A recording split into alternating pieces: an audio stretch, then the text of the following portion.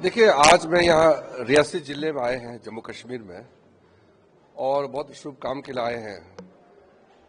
जो नियुक्ति पत्र नए जो रिक्रूट्स हुए हैं, युवाओं को जो नौकरी मिले हैं सरकारी के अलग अलग विभागों में, उनके लिए आया है। तो मुझे तो संतुष्टि तो होगा ही। जब युवाओं को नौकरी मिलता है तो पूरा परिवार, समाज को खुशी मिलती है। इसलिए मैं जो जिन्होंने भी आज नियुक्ति पत्र हासिल किया है उनको बधाई देता हूं। और आदरणीय प्रधानमंत्री जी भी ऑनलाइन जुड़े, और प्रधानमंत्री जी के रहने से हौसला और भी बुलंद होता है, अच्छा लगता है। और देश का प्रधानमंत्री जब आपको नियुक्ति पत्र देने में खुद आते हैं, खुद बोलते हैं, तो उसका एक अलग महत्व होता है। क्या संदेश देना चाहेंगे जो जिनको मिले हैं? देखिए, सबसे पहले तो जो नौकरी देने का सिलसिला है, प्राइवेट सेक्टर में नौकरी क्रिएट करना, सरकार का क्षेत्र में नौकरी बनाना, फिर जो अपने सेल्फ एम्प्लॉयमेंट होते हैं, 3 तरीके से नौकरी होते हैं। आज का जो सरकारी नौकरी है, आज जो 51,000 नौकरी जो दिए है वो सरकारी है।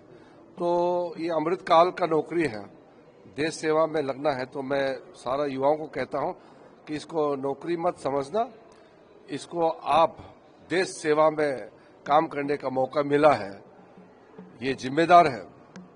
तो एक जिम्मेदारी मिला है तो उसको निभाना है। वो मैं वैसे भी मैंने कहा है उनको कि अपना जीवन जो है देश के लिए समर्पित करना है। आप मानते हैं एब्रोगेशन ऑफ 370 के बाद जम्मू कश्मीर का युवा बढ़ चढ़कर देश के हर हिस्से में? मैं कई सालों से आया हूं, बचपन में भी मैं आया हूं, 70 के दशक में भी कश्मीर आए हैं, 80 के दशक में भी, 90 और 2000 के बाद में भी मैं लगातार कश्मीर आ रहा हूं। कश्मीर, पूरे जम्मू कश्मीर में जो विकास 2014 के बाद शुरू हुई है, ऐसा विकास आज तक जम्मू कश्मीर में नहीं हुई है। और आर्टिकल 370 हटने से पहले तो भारत का संविधान का प्रावधान भी जम्मू कश्मीर में लागू नहीं था, यानी कि रिजर्वेशंस, कई ऐसे चीजें हैं जो भारत सरकार का योजना है, जम्मू कश्मीर में लागू ही नहीं होते थे। लेकिन अनुच्छेद 370 हटने के बाद जिस तेज गति से काम हुए, मैंने खुद देखा है। मैं खेल मंत्री भी था, युवा मामलों का मंत्री भी था। जम्मू कश्मीर में हर एक जिले में स्पोर्ट्स का फैसिलिटी बनी है, auditorium, multi sports facility centre, training centre, कई चीजें बने हैं। मैं कानून मंत्री भी थे, तब भी डिस्ट्रिक्ट में कोर्ट्स के बिल्डिंग्स और हाई कोर्ट बिल्डिंग का फाउंडेशन वगैरह उस समय लगाया है।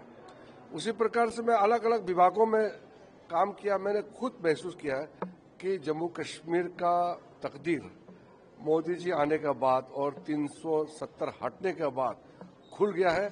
अब शांति से जम्मू कश्मीर आगे बढ़ना है और दुनिया देखना चाहता है। इतना खूबसूरत जगह है, लेकिन शांति हो, विकसित हो तो और भी अच्छा लगेगा। यहाँ के जो चीफ मिनिस्टर हैं कई बातों पे वो जिक्र करते हैं कि जम्मू कश्मीर को पूर्ण राज्य का दर्जा जब तक नहीं मिलेगा तो कई चीजें पूरी नहीं होती। वो तो जो मुख्यमंत्री जी अपना अधिकार के बारे में, राजनीतिक अधिकार के बारे में बोलते हैं, तो मैं उसको अभी कमेंट नहीं कर सकता हूँ। सर, बिहार में आज मोदी जी जाएंगे और जो इलेक्शन वहाँ है उसकी शुरुआत होगा कैंपेनिंग का। आज क्योंकि प्रधानमंत्री जी कर्पूरी ठाकुर जी का जन्म स्थान से अपना कैंपेन शुरू कर रहे हैं, तो इसका बहुत बड़ा संदेश होगा। और पूरा बिहार जानते हैं कि मोदी जी के नेतृत्व में ही बिहार को एक नई ऊंचाई पर ले जा सकता है। जंगल राज कोई वापस देखना नहीं चाहते हैं बिहार में। सर, वही तेजस्वी यादव को महागठबंधन ने जो केस बनाया है, वो